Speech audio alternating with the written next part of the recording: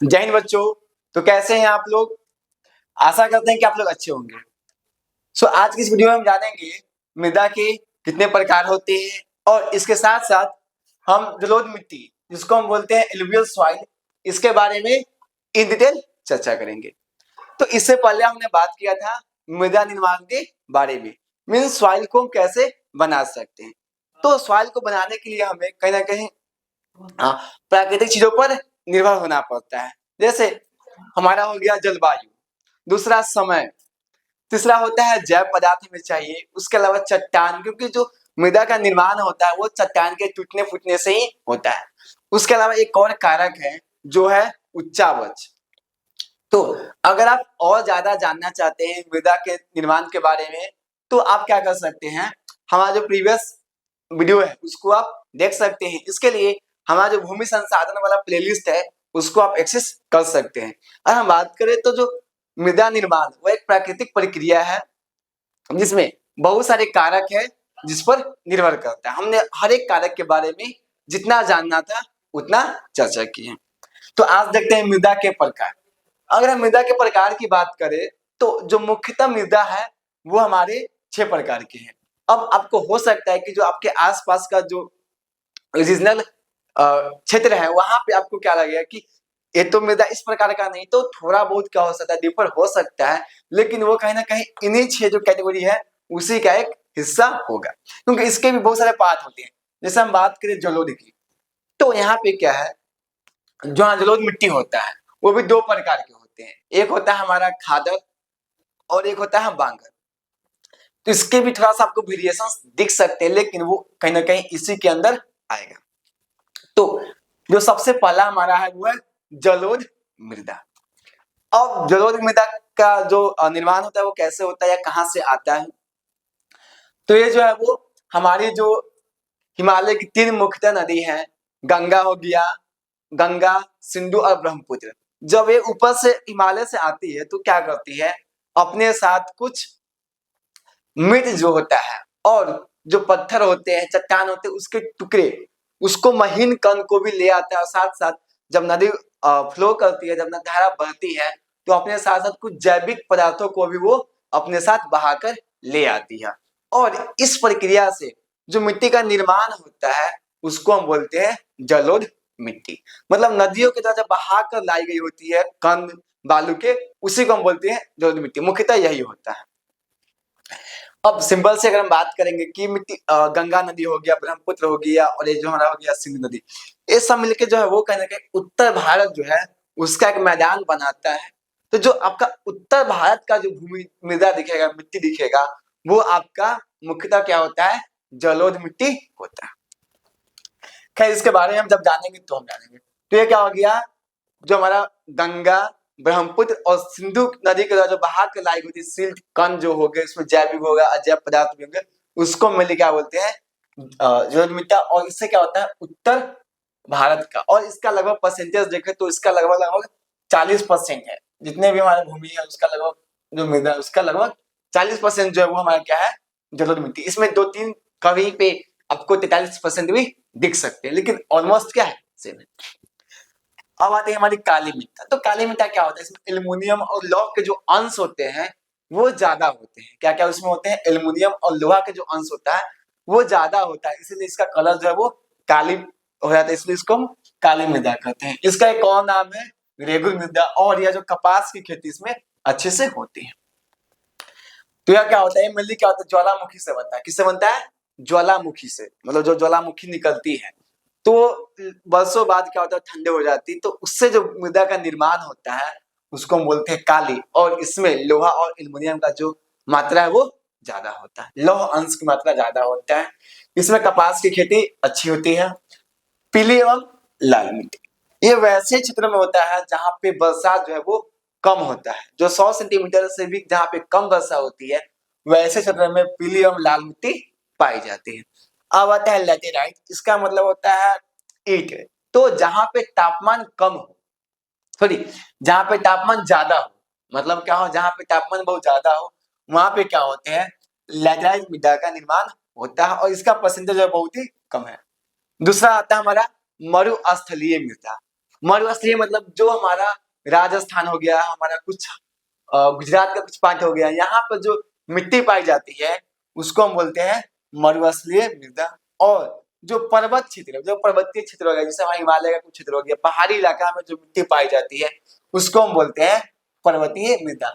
और हर मृदा जो है उसके गुण में कुछ ना कुछ अंतर है, और हर मृदा में कुछ ना कुछ फसल जो है वो अच्छे से होती है। तो ये हमारा क्या हो गया, मृदा के प्रकार। मृदा क्या होते हैं, मुख्यतः 6 प्रकार के होते हैं। ये आपसे ऑब्जेक्टिव क्वेश्चन में पूछे जा सकते हैं, या तो 2 नंबर में किसी एक मृदा के बारे में आपसे पूछ दिया जाएगा। तो इसके बारे में जो भी आप जानते हैं उसको आप लिख सकते हैं। मैक्सिमम 4 से 5 लाइन में इसका आंसर आप दे सकते हैं, तो आपको 2 नंबर आसानी से मिल जाएंगे। अब हम समझते हैं इसको, जलोढ़ मिट्टी को अच्छे से समझते हैं एकदम इन डिटेल। इसके बारे में जितनी भी इंफॉर्मेशन हमारे लिए जरूरी है, जो हमारे टेक्स्ट बुक में दिया हुआ है, उन सभी के बारे में हम जानेंगे एक एक करके। तो सबसे पहले क्या है कि जो हमारा जलोढ़ मिट्टी है उसको हम बोलते हैं इंग्लिश में एलुवियल सॉइल। देखिए, इंग्लिश जानना कहीं कहीं जरूरी हो जाता है कि अगर बाई चांस आपके बोर्ड एग्जाम में तो नहीं पूछेंगे, लेकिन बाई चांस कोई पूछ दिया तो अगर आपको याद है तो बहुत अच्छा है, अगर नहीं याद है तो भी कोई दिक्कत नहीं है। हमने बस इसलिए लिख दिया है कि कम से कम एक बार आप उसको देख तो लीजिएगा। तो जो जलोढ़ मिट्टी है वो विस्तृत रूप से पाई जाती है, मतलब जो हमारा लगभग लगभग जो क्षेत्र है जहाँ पे खेती की जाती है वहां पे क्या हमारा जलोढ़ मिट्टी पाई जाती है। यह मुख्यतः कहाँ कहाँ पाया जाता है, तो अगर हम देखें क्षेत्रफल क्षेत्र के अनुसार से तो आपके बिहार में मिलेंगे, यूपी के भी क्षेत्र में मिलेंगे आपको, बिहार ही यूपी हो गया हमारा, हरियाणा में मिलेंगे आपको, पंजाब साइड में भी आपको कुछ कुछ मिल जाएगा। लेकिन यहाँ गंगा का मैदान है जो पूरा हमारा लगभग लगभग उत्तर भारत है, वहां पे क्या होता है पूरा आपका जलोढ़ मिट्टी ही पाई जाती है। और यह क्या होता है, काफी ज्यादा उपजाऊ होता है। उपजाऊ करने का क्या मतलब होता है कि यहाँ पे फसल जो है वो एक साल में 3 से 4 फसल भी की जा सकती है। जैसे मुख्यतः क्या होता है कि एक फसल 3 महीने का या 4 महीने का होता है, तो यहाँ पे 3 से 4 फसल आसानी से की जा सकती है, या काफी ज्यादा उपजाऊ होता है। पैदावार जो है, उपजाऊ करने का क्या मतलब कि कम भूमि में अगर पैदावार ज्यादा हो रहा है तो क्या होता है, उसको हम बोलते हैं उपजाऊ। तो उपजाऊ करने का क्या मतलब हुआ कि पैदावार ज्यादा। जैसे अगर आपके यहाँ मान लेते कि 1 कट्ठा है, तो अगर 1 कट्ठा में 1 कुंटल कोई दे रहा है, 1 कट्ठा में 1 कुंटल कोई दे रहा है, और 1 कट्ठा में कोई 0.5 दे रहा है, तो इसके कंपेयर में क्या होगा, ये ज्यादा उपजाऊ होगा। तो यहीं पे है कि कम भूमि में कौन जो मृदा है ज्यादा पैदावार दे रहा है, जो ज्यादा पैदावार देगा वह क्या होगा, उपजाऊ होगा। तो अगर अदर मिट्टी के कंपेयर में हम बात करें, तुलना करें, तो जो हमारा जलोढ़ मिट्टी है वो ज्यादा उपजाऊ है। अब इसको एक और तरीके से हम समझ सकते हैं।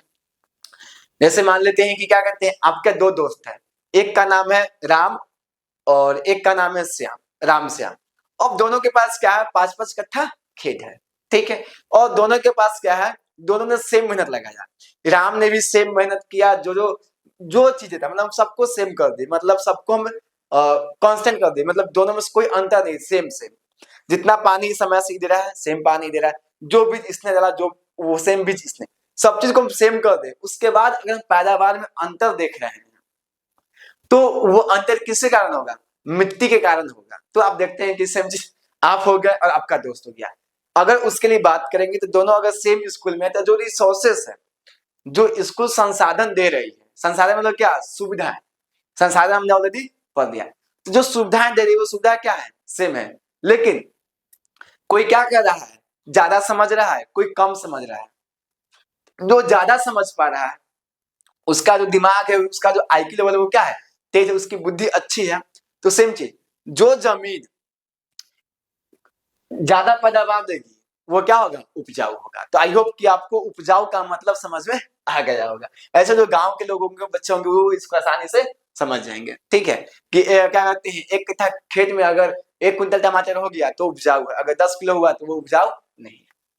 अब क्या, जो उत्तर भारत का जो मैदान है वो क्या हमारा इसी से मिलकर बना हुआ है। मतलब क्या है, जो जलोढ़ मिट्टी है वो काफी बड़े क्षेत्रफल में पाई जाती है। लगभग हम बात करें तो 40% जो हमारा क्षेत्रफल है वो क्या है, जलोढ़ मिट्टी से भरा हुआ है। मतलब उसमें जलोढ़ मिट्टी की ही परत या जलोढ़ मिट्टी ही है।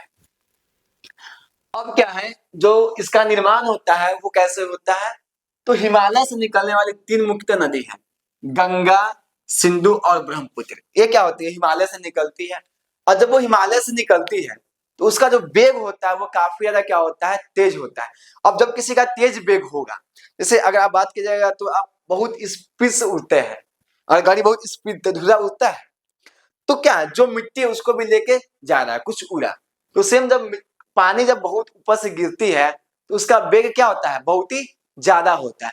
तो वह कुछ पहाड़ों को तोड़ते फोड़ते, उसके साथ साथ जो कुछ मृत शरीर किसी का मिला, जानवरों का, किसी चीज का, पेड़ पौधा सड़ा गला हुआ, तो उस सबको क्या कहते हैं, वो लेके अपने साथ बहा के ले आती है।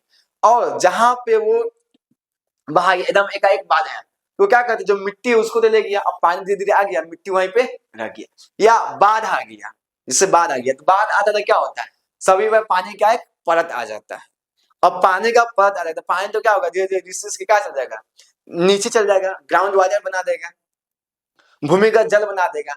लेकिन मिट्टी क्या हो जाएगा, मिट्टी का जो कण है वो ज्यादा होता है, तो वह क्या होगा, रिसर्स के अंदर जाएगा नहीं, मिट्टी जाएगा नहीं, क्योंकि उसका कण ज्यादा बड़ा होता है। पानी का कण क्या होता है, छोटा होता है, तो वो क्या होता है, रिसिस के नीचे चला जाता है। तो जो मिट्टी का एक बहुत बड़ा लेयर बन गया नए मिट्टी का, वही क्या जो पूरा क्षेत्र बन जाता है, उसी को हम बोलते हैं जलोढ़ मिट्टी का क्षेत्र। तो ये क्या होता है, गंगा, सिंधु और ब्रह्मपुत्र के द्वारा बहाई गए सिल्ट कंस होते हैं, उसी के द्वारा, इसी को हम बोलते हैं जलोढ़ निक्षेप के द्वारा क्या होता है, इसका निर्माण होता है। अब क्या है कि मुख्यतः जो पाया जाता है उत्तर भारत में, उत्तर भारत के क्षेत्र हो गए, यहाँ पे मुख्यतः मतलब मैक्सिमम यहाँ पे पाया जाता है। लेकिन इसका कुछ जो पार्ट है हमारा, वो राजस्थान और गुजरात के भी क्षेत्र में दिखाई देता है। अगर आप देखिएगा तो गुजरात राजस्थान क्या पूरा आपका इस साइड में हो जाता है, लगभग लगभग क्या होता है हमारा इस साइड में आ गया। तो यहाँ भी क्या होते हैं कुछ साइड, जैसे आपका हरियाणा हो गया, हरियाणा का पंजाब आ गया, उसका गुजरात हो गया, राजस्थान हो गया, तो ये सब क्या है, आपको डायरेक्ट उत्तर बिहार जो हमारा भारत है उससे सटा हुआ नहीं, उसके बाद का, ठीक है। तो यहाँ पे भी क्या होता है, कुछ हद तक संकरी, मतलब कि पतला सा, जैसे नहीं बोलते कि जो गली है वो क्या है, संकरी है, तो गली संकरी करने का क्या मतलब कि छोटा सा है, पतला सा है, एकदम ऐसे ऐसे एकदम जा रहा है, तो क्या होता है संकरी, जो होता है मतलब छोटा सा पतला सा। तो कुछ संकरी पट्टी इस टाइप का हो सकता है, जैसे आपको एग्जांपल, तो इस तरह का कुछ होगा, क्या होगा, हल्का सा कुछ पाया जाएगा। ये जो क्या है छोटा सा पतला, इसको हम क्या बोलते हैं, संकरी, मतलब छोटा सा, बहुत ज्यादा नहीं होगा। लेकिन कुल देखे तो लगभग लगभग क्या, ये 4.4 करोड़ हेक्टेयर जो हमारा क्षेत्रफल है उसमें क्या होता है, जलोढ़ मिट्टी पाया जाता है। यह हमको याद करने की आवश्यकता है, इससे डायरेक्टली क्वेश्चन हमसे आ सकता है। उसके अलावा ये भी क्या है, महत्वपूर्ण है, गंगा सिंधु जो ब्रह्मपुत्र है, ये भी हमारे लिए जरूरी है, इससे भी क्या हो सकते हैं, आपसे क्वेश्चन पूछे जा सकते हैं। तो यहाँ पे क्या, अगर परसेंटेज की बात करें तो जितने 100%, जैसे पूरा मिट्टी मिला के कितना होगा, 100% होगा, उस 100% में से अकेला जो है जलोढ़ मिट्टी, इसका कितना हिस्सा है, 40 हिस्सा है। मतलब ये क्या है, सबसे ज्यादा लगभग लगभग क्या है, यही है। अब हम देखें तो यहाँ पे इसमें क्या क्या पाया जाता है, जैसे बालू, सिल्ट और मृतिका, मतलब कि मृत चीजों का यहाँ पे क्या होता है, पाया जाता है। और ये जो अनुपात है वो फिक्स नहीं है, अनुपात क्या है, फिक्स नहीं है, क्योंकि हम उसको नहीं बना रहे हैं। अगर हम किसी को बनाते हैं तो उसका जो रेशियो होता है, उसका जो अनुपात होता है वो फिक्स होता है। और जो मिट्टी है, मिट्टी क्या है, कोई यौगिक नहीं है, यह क्या है, एक मिक्सचर है, मिश्रण है। और मिश्रण में क्या होता है, कोई अनुपात नहीं होता है। मतलब जैसे अगर आप देखते हैं तो अगर हम एक यौगिक के नाम ले, कैल्शियम कार्बोनेट CaCO3, तो यहाँ पे क्या है कि एक कैल्शियम जो है वो इतना के साथ रिएक्ट करेगा, तो ये क्या एक फिक्स है कि इतना ही होगा, या इसको लिया हाइड्रोजन H2O, तो यहाँ पे क्या है, एक हाइड्रोजन गैस, मतलब 2 हाइड्रोजन गैस मतलब H2 क्या करेगा, एक ऑक्सीजन के साथ रिएक्ट करेगा, तो यहाँ पे क्या होगा कि यौगिक बना है। यहाँ पे क्या है, अनुपात फिक्स है, लेकिन मिट्टी में कौन कितना होगा यह फिक्स नहीं है। तो यहाँ पे क्या बोला कि विभिन्न अनुपात में हो सकते हैं। आप देखते होंगे कि कोई मिट्टी है जिसमें नाइट्रोजन की मात्रा ज्यादा है, किसी में चुना पत्थर की मात्रा ज्यादा है, तो यहाँ पे अनुपात जो होता है वो फिक्स नहीं होता। तो वही बोला कि विभिन्न, इसका अगर कलर की बात करें तो धुंधला या लालिमा कलर का होता है। अगर आप गांव में रहते हैं तो जो चौर होता है वहां का जो मिट्टी होता है वो क्या होता है आपका जलोढ़ मिट्टी ही पाया जाता है। अब इसमें कौन कौन से जो जैविक पदार्थ है उसकी अधिकता होती है, तो यहाँ पे क्या है पोटास हो गया, फास्फोरस हो गया और चूना हो गया, इसकी जो है वो अधिकता होती है, मतलब पाया जाता है। और यहाँ पे क्या है नाइट्रोजन जो है उसकी कमी होती है। तो हमको क्या करना होता है ऐसे क्षेत्र में नाइट्रोजन की पूर्ति करने के लिए हम क्या करते हैं दलहन फसल का यूज करते हैं। तो यहाँ पे क्या है नाइट्रोजन की पूर्ति करने के लिए हम दलहन फसल का यूज करते हैं। मतलब 2 या 3 फसल के बीच में हम क्या करते हैं एक दलहन फसल जो है वो लगा देते हैं, ताकि क्या हो नाइट्रोजन जो है उसको मेंटेन करके चले। अब है कि इसमें कौन कौन से फसल की जा सकती है, तो यहाँ पे गन्ना की खेती की जा सकती है, गन्ना की खेती, चावल हो गया, गेहूं हो गया, मक्का हो गया, दलहन हो गया। और अगर आप बिहार, क्योंकि जो देख रहे हैं वो मुख्यतः बिहार से ही होंगे, तो आप भी देखते हो कि जो बिहार में खेती की जाती है वो मुख्यतः इन्हीं चीजों की खेती की जाती है।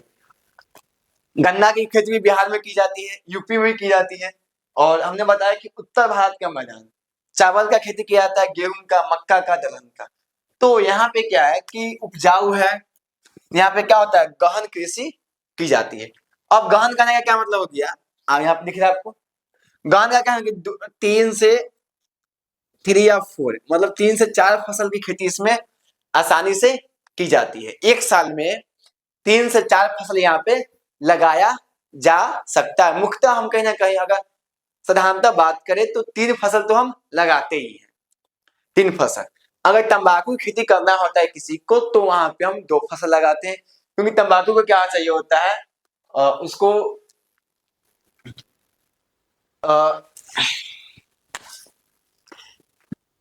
तंबाकू में एक तो उसका समय का इशू होता है थोड़ा सा, दूसरा क्या होता है कि उसको थोड़ा ज्यादा उपजाऊ मिट्टी की आवश्यकता होती है। तो हम क्या करते हैं जो भी हमारी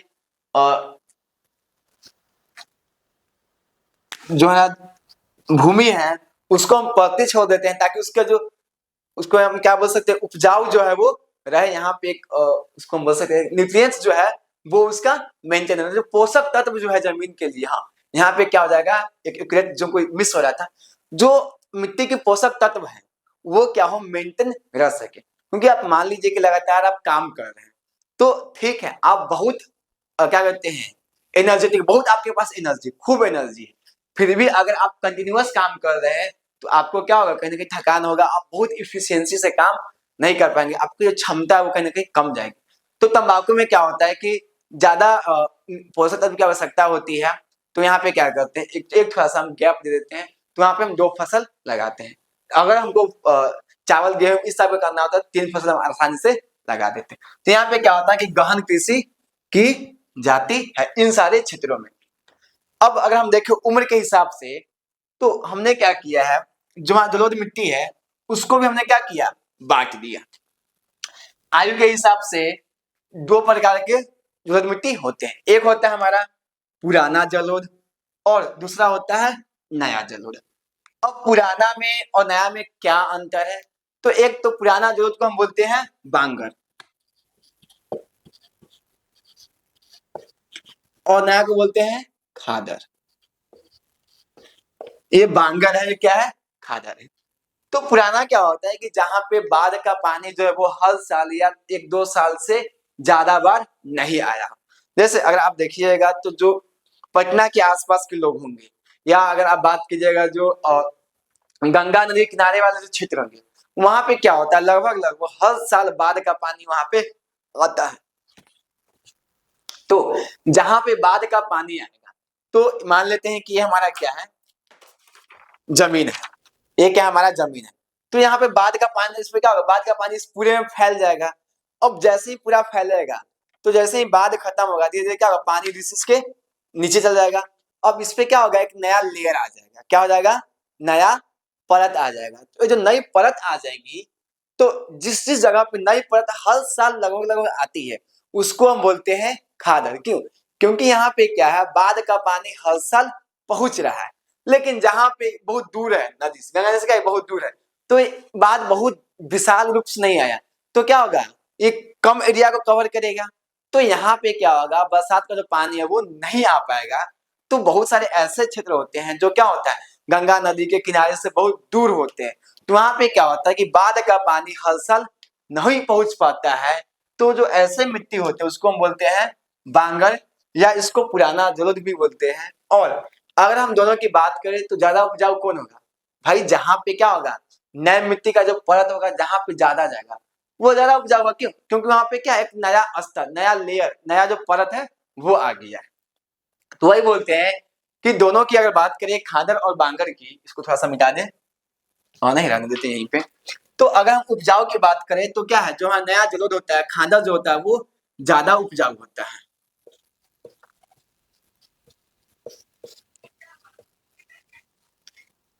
ज्यादा उपजाऊ होता है, बांगर क्या होता है, कम उपजाऊ होता है।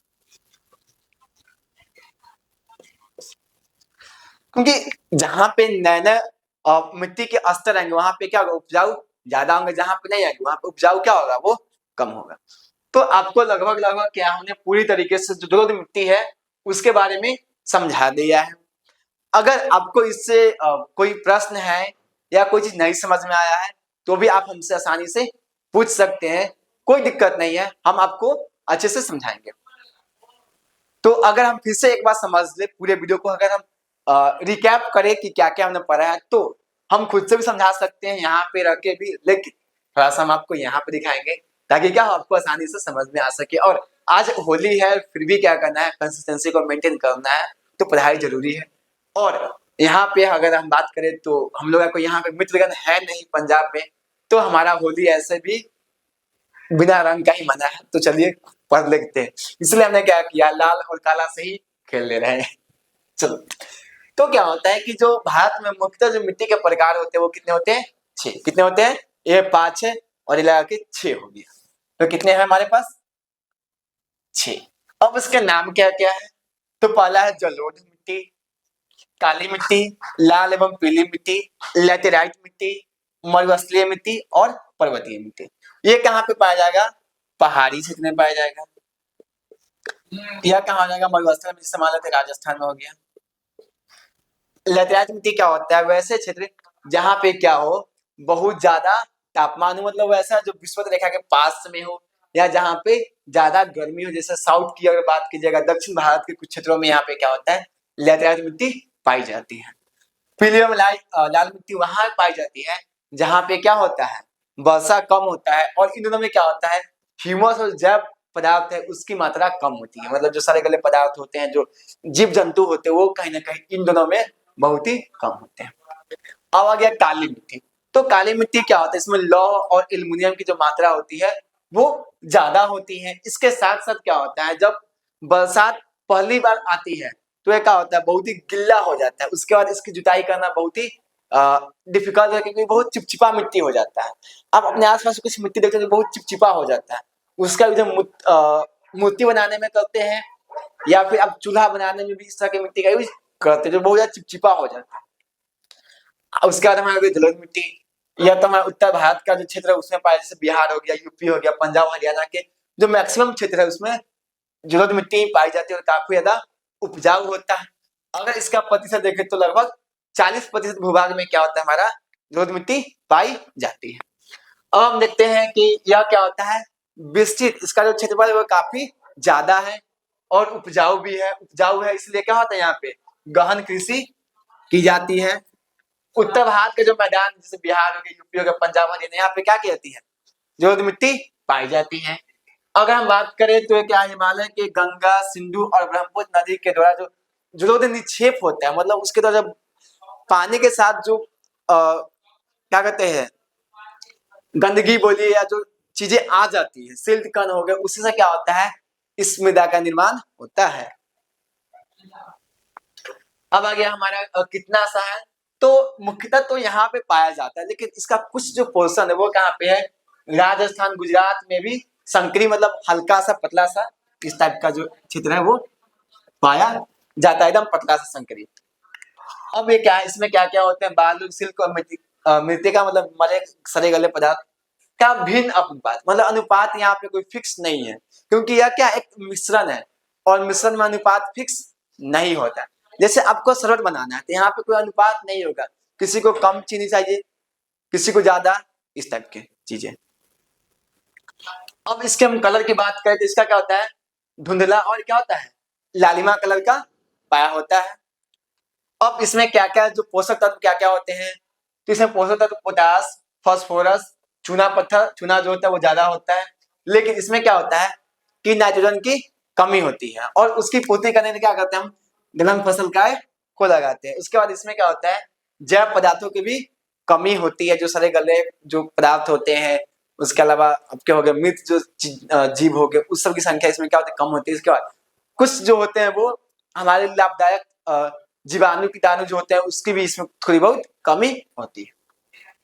अब यहाँ पे गन्ना, चावल, गेहूं, मक्का, दलहन फसल की खेती मुख्यतः होती है। मक्का आपको कॉमन मिल जाएगा, मक्का लगभग लगभग हर जगह पे खेती की जाती है, क्योंकि इसको बहुत ज्यादा पानी की मतलब इसके जो कंडीशन है वो आपको कहीं भी मिल सकता है। तो मक्का आप लगे कॉमन देखिए, मक्का की खेती और लगभग लगभग मिट्टी में मक्का की खेती की जाती है। थोड़ा सा चावल के लिए दिक्कत हो जाता है क्योंकि चावल को ज्यादा पानी चाहिए होता है। अब आयु के हिसाब से देखें तो जो जलोढ़ी मिट्टी है वो दो प्रकार के होते हैं, एक होता है हमारा पुराना और एक होता है नया।